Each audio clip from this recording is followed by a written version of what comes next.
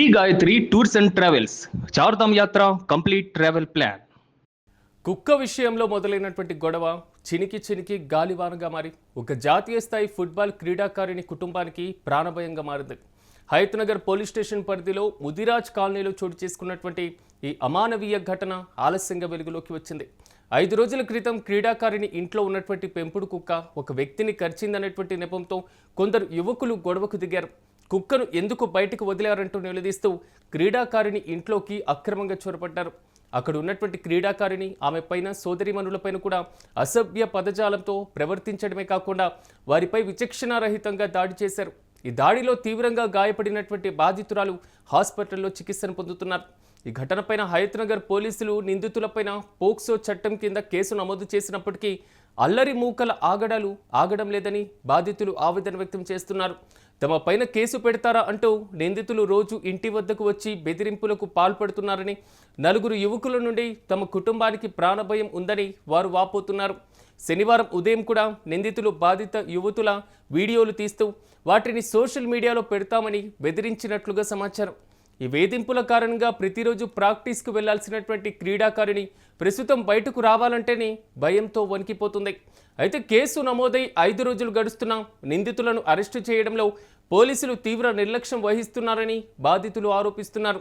నిందితులు బహిరంగంగా తిరుగుతూ తమను వేధిస్తున్న అధికారులు స్పందించకపోవడంపైన స్థానికంగా విమర్శలు వ్యక్తమవుతున్నాయి. ఇప్పటికైనా ఉన్నతాధికారులు స్పందించి తమకు రక్షణ కల్పించాలని, నిందితులను కఠినంగా శిక్షించాలని క్రీడాకారిణి కుటుంబం కోరుతుంది. వారిని కరిచినటువంటి కుక్క తమది కాదని ఎంత చెప్పినా వినిపించుకోకుండా తమపైనే దాడి చేశారని కూడా వారు ఆరోపించారు. కూర్చుంటారు సార్, కూర్చొని డ్రగ్స్ కొడతారు. ఇక అక్కడ గ్రౌండ్లో అయితే ఇక అటొక కుప్ప అక్కడ అయితే మొత్తం బెంచ్లు వేసుకొని కూర్చుంటారు సార్.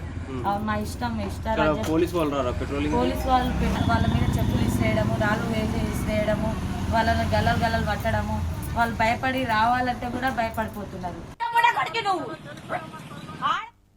చిన్న గొడవలు చినికి ఒక గాలివానగా మారినటువంటి పరిస్థితులు కొన్ని సందర్భాలు మనం ఎదురవుతుంటాయి. తాజాగా ఇది ఒక సందర్భం జాతీయ స్థాయి ఫుట్బాల్ క్రీడాకారిణి కుటుంబానికి కూడా ఎదురైనటువంటి పరిస్థితి. కేవలం ఇది ఒక సమస్యగా మాత్రమే కాదు, ఒక ప్రాణభయంగా మారుతున్నటువంటి పరిస్థితులు కూడా మనం చూస్తున్నాం. హయత్నగర్ పోలీస్ స్టేషన్ పరిధిలో ఉన్నటువంటి ముదిరాజ్ కాలనీలో కూడా ఈ ఘటన చోటు చేసుకున్నటువంటి పరిస్థితి.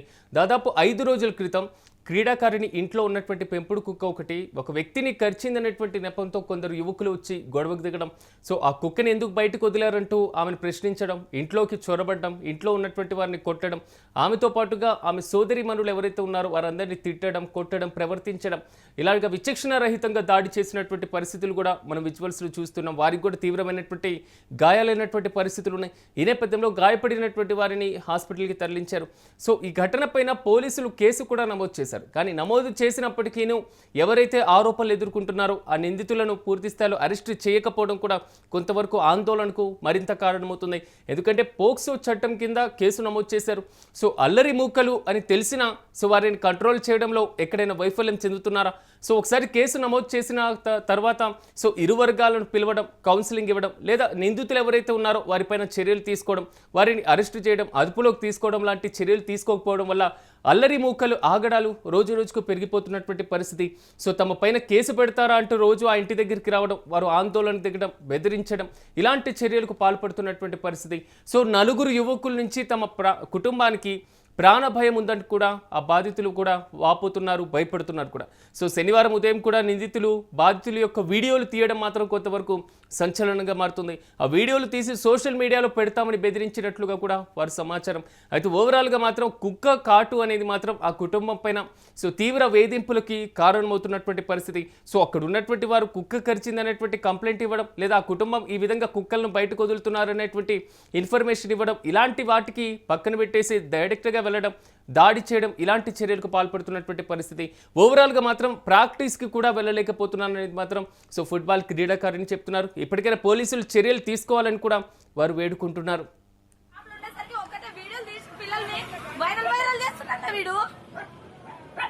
ఇప్పుడు వచ్చేసరికి పిల్లల్ని మొత్తం ఎట్లా అంటే ఆడ 20 మంది మొత్తం పోగేసుకొని పిల్లల మీద వీడియో తీసి సిఐ వాళ్ళ కొడుకు ఏదో మాట్లాడుతుండే వచ్చేసరికి పిల్లల్ని మొత్తం చీట్ చేసి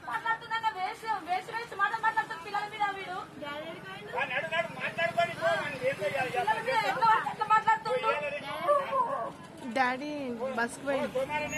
తీసింది పిల్ల తీసింది